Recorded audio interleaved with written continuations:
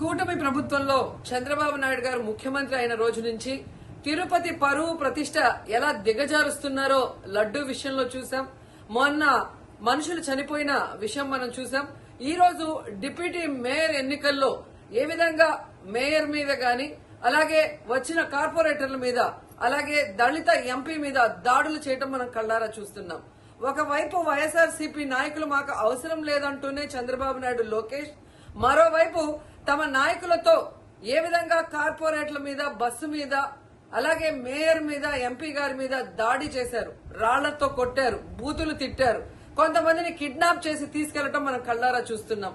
ఇవన్నీ కూడా పోలీసులు చూస్తుండగానే వాళ్ళ ప్రేక్షక పాత్ర వహించినప్పుడే జరగటం అనేది ఈ రాష్ట్రంలో లా అండ్ ఆర్డర్ ఎంత ఘోరంగా ఫెయిల్యూర్ అయిందో మనకు అర్థమవుతుంది.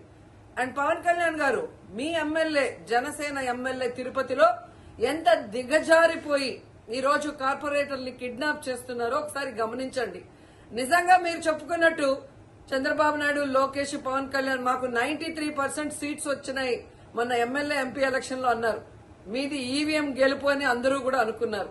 అదే నిజం అనేది ఇక్కడ మళ్లీ ప్రూవ్ అయింది.